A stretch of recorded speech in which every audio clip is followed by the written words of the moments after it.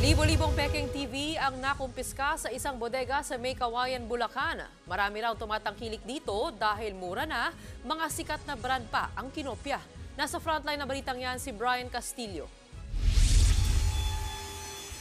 Daang-daang kahon ang tumambad sa mga operatiba ng PNP Criminal Investigation and Detection Group o CIDG nang salakayin ang bodegang ito sa isang industrial park sa May Kawayan, Bulacan. Flat screen TV ang laman ng mga kahon. Aakalain mong legit yan dahil maayos ang packaging. Pero peke pala. Illegal daw na pagawaan ng electronic device ang bodega at supplier din daw ng mga Peking TV.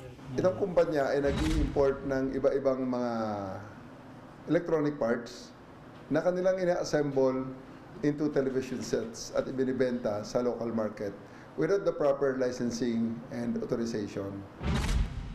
Mahigit 3,000 smart TV unit ang nakumpiska sa bodega.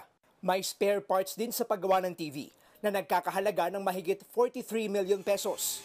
Dagdag pa ng CIDG, maraming bumibili sa ganitong produkto dahil mas mura ito at kilalang brand pa ang nakalagay.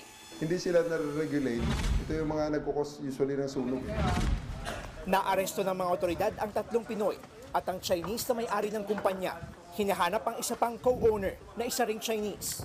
Kakasuhan sila ng paglabag sa Consumer Act of the Philippines.